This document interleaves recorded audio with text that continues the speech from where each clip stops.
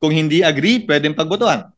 So pwede po bang malaman, nakalagay po ba sa maskinasaang transparency portal na ginawa natin, isa sa mga unang resolusyong pinasa natin, kaugnay sa budget, kung sino nag-propose individually nitong mga ito? Halimbawa po, I'll just pick at random, Your Honor. Yung 1 million increase ng Bureau of Treasury, agency? Proposal? Yan po ay galing po sa unprogrammed funds at inilipat ho natin sa program. Proposal po ba yan ng agency? Proposal ho ng technical working group nung pinag-usapan ho. Ano pong pangalan at address ni TWG? I mean, again, we want transparency, Your Honor, right? So we have to put it on the record. Well,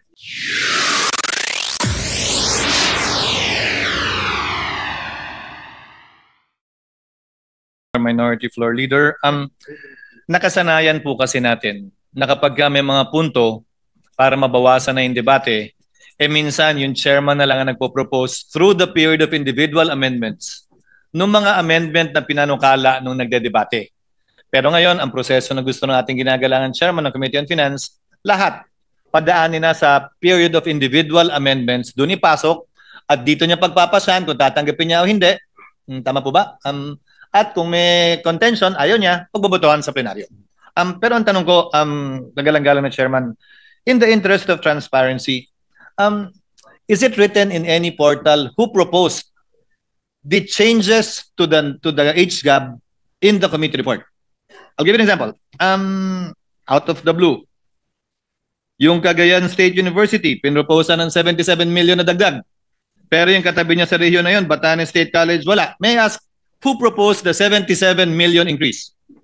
Is that in any of the portals that we have right now? Again, in the interest of transparency. Actually, yung mga proposals, we took into consideration rin yung mga proposals ng mga agencies. But as we always practice, mga agencies po magpapadala ho dito ng mga recommendations, what to increase, what to augment. So we consulted also with our vice chairman, we consulted also with the members through the technical working group. Kaya ho, nag-issue kami ng notice for the technical working group para doon natin mapag-usapan. In fact, si Senator JV was there, Senator Lauren was there. Your Honor, is it your position that all of the proposed increases in the committee report were given by the agencies themselves? Halos lahat po. No. All or not all? Halos lahat. What about those that did not come from the agency? Kanino po nang galing? Sino po ang proponent nun? May mga proponent po na galing po sa mga senators. Sino nga po at sino po ang nagpa? Sino yung proponent at sino yung nagpasya? Dahil yun po ang gagawin natin ngayon sa plenaryo, hindi po ba? Ipopropose sa floor, pagpapasyahan po ninyo. Kung hindi agree, pwedeng pagbotohan. So pwede po bang malaman, nakalagay po ba sa maskinasaang transparency portal na ginawa natin, isa sa mga unang resolusyong pinasa natin, kaugnay sa budget, kung sino nag-propose individually nitong mga ito? Halimbawa po, I'll just pick at random, Your Honor. Yung 1 million increase ng Bureau of Treasury, agency? Proposal? Yan po ay galing po sa unprogrammed funds at inilipat ho natin sa program. Proposal po ba yan ng agency? Proposal ho ng technical working group nung pinag-usapan ho. Ano pong pangalan at address ni TWG? I mean, again, we want transparency, Your Honor, right? So we have to put it on the record. Well, the whole changes involved in the committee report is about, according to you, 326 billion. So isn't it just proper and right that we know who the proponents are of these proposals? Marami ho kasing mga proposals pinapadala ho sa amin in writing. In iba ho ay tinatry ho natin ma-accommodate by finding sources. So lahat naman ho yan in writing pinapadala ho. Mr. Chairman, ulitin ko po ulit. Mr. President, I'm sorry. Wala naman pong problema eh. Ang tanong ko po, nakasulat po ba yan sa maskinasaang transparency portal na nilabas ninyo kung kanino nang galing yung mga proposal na nilagay sa committee report ng Committee on Finance at sino po yung nag-approve? Hindi po pwedeng, alam mo yun, komite, Nakuha po. Opo. So again, at random, I presume, the increase in the, I'm choosing at random, Your Honor, really. The increase in the Office of the President, same agency proposal? Agency proposal ho yun. Agency The increase in the OVP. The restoration ho yan sa NEP. In-store ho So natin who sa NEP. proposed that? Did the agency propose that? Actually, may proposal ho si Senator Go doon sa restoration of the NEP. In fact, he proposed to even add more. No, that's the point I'm driving at, Your Honor. Again, given So all the of point, this naman ho, mayroong mga records na pinapadala ho. I agree, Mr. President. Compile naman namin. I agree, Mr. President. But And again, then, during the technical working group, we go line by line also. Lahat po ng mga items, line by line. And pinag-uusapan ho doon kung sino nag-propose, kung ano pa, kung hindi ho kaya ma-accommodate, ano ho pwedeng i-accommodate. Pinag-uusapan naman ho doon. again, agreed, Mr. President. We have no debate there. The point is, although it's collated, although it's compiled, is it found anywhere? It's in, hindi ho namin in-upload sa portal, if that is the question of His Honor. Yes. So it's not in any portal. But lahat ho yan ay may basis and recorded. Yes. Yes. I'm sure there is. I'm sure there is. Only that it's not in any portal. No, hindi ho. Pero lahat ho yan naman ay recorded. Just to cite a few more examples, which I'm sure are remembered by the good chairperson, yung in-increase po natin sa National Defense Agency proposal. Yes. In fact, 90 billion ho ang request ho nila. All program. Because yung Mayowa nila na-exhaust na ho to 60 billion. Agency proposal through a executive session. I noticed po na yung adjusted NEP sa DPWH, tinanggal na yung flood control. Yes. And still there was change of 38 billion. That's an agency proposal too. Yes. May pinadala ho sila yung CMPD. But admittedly, the CMPD was applied across the board, which is admittedly also might have distortions in the pricing. I admit that. So it's by way of errata, in other words. Magpadala ho sila ng matrix ng CMPD. In fact, ang kanilang total computation is about 60 billion, but we couldn't find the 60 billion. Yung sa Philippine Coast Guard agency proposal, Your Honor? Yes, recommended by Senator JVR Cito. Kulang din yun kasi mas malaki yung... Yes, correct. Malaki yun. 200 plus billion ho yun. Recommended by the vice chairs. And also some senators also recommended themselves. During the Senator debates. Ba, maraming recommendation During even the like debates. the vice chairs. Yes, during the debates. And I also remember the technical working group. Doon ho sila nag-recommend. as a technical working group. I think just that, Mr. President, Your Honor. Again, for the interest of transparency, if you will be doing that with the individual, we might as well upload somewhere these amendments as contained in the committee report, which amounts to a by far bigger amount. Again, amounting to about 326. Yes, Tama look, ba? take the suggestion of the former Senate President. Thank you, Mr. Thank President. you, Mr. President. And thank you, Your Honor, The Senate just for President his consideration. Thank you, Mr. President, I'd like to thank Senator Cayetano and Senator Sotero for bringing those questions because it only shows that we're going to be transparent in this budget, unlike what was done before. You know, during our time and during their time, basta nag-committee report, tapos yun na yun, ano, mag-interpellation, pero pagdating ng period of amendments, magsasubmit lang sa chairman lahat, hindi alam ng taong bayan kung ano yung mga sinubmit. You know, unlike what we want to do today, di ba? Kaya mabuti na lang na binabanggit nila sapagkat madali naman makikita yung records. Meron naman record si Senator Gatchalian ng mga nag-propose kung sino at lahat yan mababasa natin, makikita natin. At ngayon, yung mga individual amendments katulad ng let's say proposal about stunting, pwedeng ipasok ngayon yun. Yung mga amendment na yun at kitang-kita at na yun born out of the interpellations during the period of interpellation. So, salamat sa kanila sapagkat din natin nakita ngayon na transparent talaga at lahat ng period pwede natin tanungin at lilitaw lahat yan. Thank you, Mr. President. Mr. President. The minority leaders recognize. No, I acknowledge that, SP Soto. Sir, tama po kayo. The mere fact that we're doing it this way, that's why I started out by appreciating our chairman, appreciating you, Senators Lacson, life's work in making it transparent. Ang punto ko lang naman po, we cannot be half transparent. That's what I'm saying. Kasi you have 400 billion change. So that's 323 change from the program and 72 billion from the unprogrammed, 400 billion. If you look at the TSN, which is not uploaded, you have to request it from the technical working group. Hindi naman nakalagay doon line by line kung sino nag-propose except pag agency.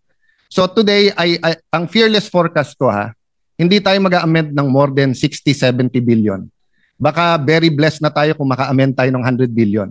So ang point ko lang, kung yung 80%, 400 billion, hindi natin alam kung sino nag-propose. So nasagot naman ni Chairman kung sino nag-approve. So ang nag-recommend TWG, tapos ang nag-approve Vice Chairman, Chairman. But I'm saying member ako ng committee there was no notice na magbobotohan or kung paano itong gagawin. Committee report na lang. So what I'm saying, Senator Soto, is that SP, yes, there are reforms, and I acknowledge that.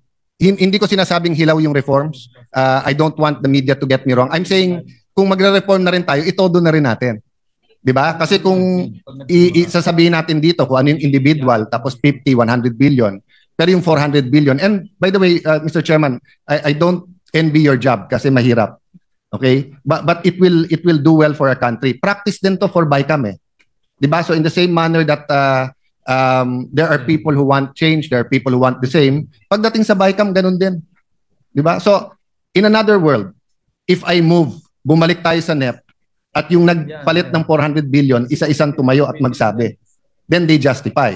Then we have complete transparency. Of course, I won't do that because I don't want to reverse the work you've done for not only 20 days since you sponsored. But before that, 2 months ka na nag-hearing, di ba? Tama ba? Mga 2 months more or less na nag-hearing. 90 days po. 90 days, so 3 months na nag-hearing, di ba? But I just pointing out that it seems hindi natin tinodo yung transparency if we don't know saan nanggaling 400. And I'm not casting any aspersions here. So meaning, katulad nung tinanong ni former Senate President Escudero, iniisa-isa mo, di ba? Okay, but having said that, SP, pare-pareho din naman tayong senador before. So every budget, we try a little bit of reforms, but now, the environment is perfect, di ba? For totally changing the system. So I'm saying whatever is good for the 10-20% we're going to amend today, it should be good for the 40%, di ba? So, for example, when the chairman reviews the TSN, kung kulang doon kung sino yung nag-propose, pwede bang kunin ng technical working group at ilabas doon? Kasi dapat ni isa sa atin walang mahiya sa ating ni-recommend. And halimbawa, ang technical working group, did they accept it only from senators? Or did they also get letters from mayors, from governors, from advocacy groups and everything? I wouldn't mind, So if there's an advocacy group for health, anti-smoking or health sa bakuna na ganito, kulang ng pondo, and that was the basis. Pero dapat transparent. I've said my piece, Mr. President, but I think Senator Joel would like the floor also. With your permission, Mr. President. Senator Joel Villanueva is recognized. Thank you, Mr. President. We just like to put on record, Mr. President, that we support the initiative of the chairman, that everything else will now become part of the individual amendments. But I also wanted to put on record my support to the statements made by Senator Alan Cayetano that when we had our interpellations on the floor, Mr. President, we were thinking that when the vice chair, the chairman himself, for instance, Senator Win, Senator Amy Marcos, when she was sponsoring the budget of DTI, the chairperson and the vice chairpersons actually agreed with a lot of our suggestions and recommendations. But apparently, Mr. President, I am not sure actually if these initiatives that we have introduced during the period of interpellation will become part of the committee amendments. Now, the chairperson is saying that everything else will fall under individual amendments. So ang question ko, Mr. President, process. Because if I heard it right a while ago, after the committee amendments being introduced by the chair, each and every senator, the leadership first or whoever, if it's alphabetical in order, will introduce their individual amendments. But again, let me put on record why I support the statements made by Senator Alan Cayetano. Because if it is a committee amendment, chances are talagang mananalo yun. And to support my statements, Mr. President, during the interpellations, the vice chairpersons, including the chairman of the Senate Committee on Finance, actually agreed during the period of interpellation. But if it will not be part of the committee amendments, then it becomes individual amendments. What would happen? Would it be per senator, alphabetical order, etc.? But at the same time, I'm also thinking, Is it part of the committee amendments that the chair will introduce right now, Mr. Well, President? since this is a appropriations measure, the committee report is the committee amendments because it amended the General Appropriations Bill. Yes. So that is the process. And admittedly, during marami hong tayong doon sa plenary debates, marami pong mga gustong madagdagan or mabawasan. That will come now in the form of individual amendments. So Okay. yun po yung... So that's clear, Your Honor, distinguished colleague, Mr. President. But, Mr. President, what are you going to introduce now? Is it your individual amendments or committee amendments, Mr. President? the senators' individual amendments. So you're no longer introducing committee amendments based on what happened during the interpellations. Wala Is na that po, correct? kasi the committee report is the committee amendments. Because this is a... The committee amendments prior to the interpellations on the floor. Yes, correct. Thank you. But we had, if you remember, we also have some briefings that almost 90-day, almost 2 to 3 months of briefings. So doon pa lang marami na rin ho tayong Again, thank you, Mr. President. Let me close by saying that when we introduce or interpolate the budget of different agencies, the vice chairpersons, the chairman himself agreed in so many ways about our initiatives, our recommendations. And unfortunately, Mr. President, it will go in the category of individual amendments, and chances are it might, or I don't know the chances of being voted down or being carried by the committee. Thank you, Mr. Chairman. Thank you, Senator Villanueva. Majority Leader. Thank you, Mr. President. Mr. President, just for clarity, and I think I understand the query of our distinguished minority floor leader.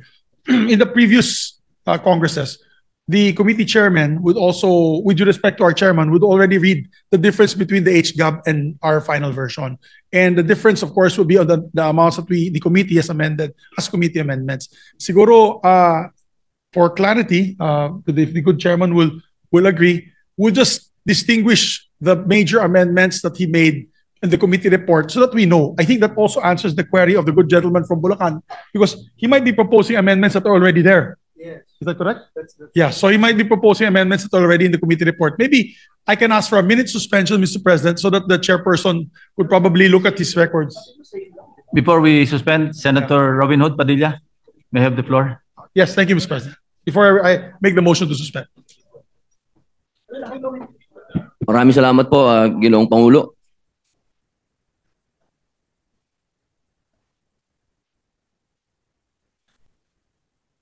Maraming salamat po, Pinunong Mayorya. Meron lang po akong katanungan sa ating kaibigan, Senator Yes, Bill Gatchalian. Opo. Kanina po kasi ang usapan ay salitang English. Mas mainam po Tagalogin ko. Opo, at maintindihan po ng ating mga kababayan sapagkat yung akin pong imumungkahi at itatanong ay patungkol po sa ating mga katutubo at sa mga kamusliman. Una po, napag-usapan po dun sa interpelasyon na sumang-ayon po ang ating mga kasama po si Senator Mig Zubiri, patungkol po dun sa Sharia Court na inyo pong susuportahan. Gusto ko lang pong malaman kung kasama po ba yun dito sa committee report po ninyo? Wala po. Dahil yung committee report na una ho yun doon sa plenary debates. Yun po ang tinatanong din ng ating mga kasama. Pati po yung napag-usapan po doon sa pagpapatitulo ng mga ancestral domain. Wala din po. Wala rin po. Wala rin po. Ano pong ibig sabihin nun aking kaibigan? Bali, ito po'y magiging individual amendment po ito. Ibig Tama sabihin, so pwede pong mangyari na hindi po ito ma-approve. Depende ho sa fiscal space at kung kaya po ng budget. Gusto ko lamang po malaman po ninyo na inaasahan na po ito ng ating mga kababayan na Muslim. Ito po ina-approvean na natin, batas na po ito. Inaasahan po ang Sharia Court. Ganon din po ang mga katutubo na hanggang sa panahon na nandito po sa interpelasyon ni Senator Loren Legarda na sinuportahan po ng ibang senadora katulad po ni Senator Risa Hontiveros na ang pagmimina, ang pagsasamantala po sa ancestral domain ng mga katutubo, nangyayari po yan dahil wala po silang mga titulo. At nangyayari po ang mga rebelyon dahil hindi po alam ng mga Muslim kung saan sila tatakbo dahil ang Sharia court po ay nasa 2 lugar lang. Maraming salamat po. Ako po personally sinusuportahan ko yung mungkahi ni Senator Robin at yan ay pwede maging parte po ng individual amendments po natin. Salamat po. Maraming salamat. Thank you. Majority Leader. Senator Kiko Pangilinan is recognized. Yes, dadagdagan ko lang yung puntong nabanggit ni Senator Gatchalian at bilang pagsagot doon sa katanungan ni Senator Padilla bilang subcommittee chairman ng Subcommittee J, tayo po ang tumalakay sa judiciary budget at doon tinanong ni ni Senator Robin Hood Padilla yung usapin po ng dagdag na budget para sa Sharia. Tayo rin po ay sinusuportahan yung pagdagdag nung nasabing pondo. For the record, Mr. President. Thank you. Majority Leader. Senator Pia Cayetano is recognized. Mr. President, I share the concern of Senator Padilla, but this is the reality of lawmaking, including the budget process. Because I handle the budget of NCIP, when the good senator brought to our attention the concerns of the indigenous people na wala ngang mga titulo at matagal na nga daw niyang sinusuportahan yon, tinignan ko yung record. Yung mismong NCIP, hindi naman nag-submit ng kanilang budget proposal na magdagdag ng pondo para doon. So, paano ko naman gagawin yun na wala man lang submission coming from the agency? At sinabi natin to on record during the plenary debate. So, sabi ko kay Senator Robin na napakaganda nung concern nyo. The indigenous people are blessed to have a supporter like you, pero the agency has to do their job because we cannot invent these figures if wala namang pinopropose. They did not do it in a timely manner, Mr. President. So, I suggested to His Honor, pwede kayong mag-submit ng amendment because I'm sure the chairman will accommodate a very reasonable request such as that, Mr. President. So for the record. Senator Padilla. Opo, maraming salamat po. Napakaganda pong mungkahi. Ang akin lamang pong pinapaliwanag, tayo po ay nandirito na. At tayo po ay nakapakinig po sa nangyaring interpelasyon na ginawa po ni Senator Loren Legarda na patungkol po sa patuloy na pagsira ng kalikasan at ginagamit po ang mga lupa ng ating mga katutubo. Kaya po ako nakiusap na kung gusto po nating marisolba itong kaguluhan na ito at ito pa po ang dahilan ngayon kung bakit nagkakaroon pa ng mga recruitment po uli ng mga rebelde dahil po dito sa pagsisimula uli ng pagsasamantala sa mga lupa po ng ating mga katutubo. Andito na po tayo eh. Ito nga po, pinag-uusapan nga po kanina, sinabi nga po, nagkakaroon na nga po tayo ng mga malawakang pagpapalit at pagpapaganda ng sistema ng paggawa ng budget. Bakit hindi pa po natin to talakayin ngayon na? Bakit pa po natin kailangan ito padaanin pa sa kung saan-saang butas ng karayom? Ang inyo pong mga kapatid na katutubo ay naghihikahus na sa sobrang pagsasamantala sa kanila. Yun lamang po naman. Maraming salamat po, Ginoong Pangulo. Thank you. Maraming salamat, Senator Robin. At yung mga magagandang mungkahi po ng ating mga senador ay pinipilit po natin masama po sa budget at mingi rin po ako ng mga rekomendasyon sa ating mga vice chairman na humahawak po ng mga komite niyon. At admittedly, this process is a new process for all of us, and but this is in line with what we desire for transparency, Mr. President. So, Mr. President, with that, may I seek a minute suspension, Mr. President? Session is suspended for 1 minute.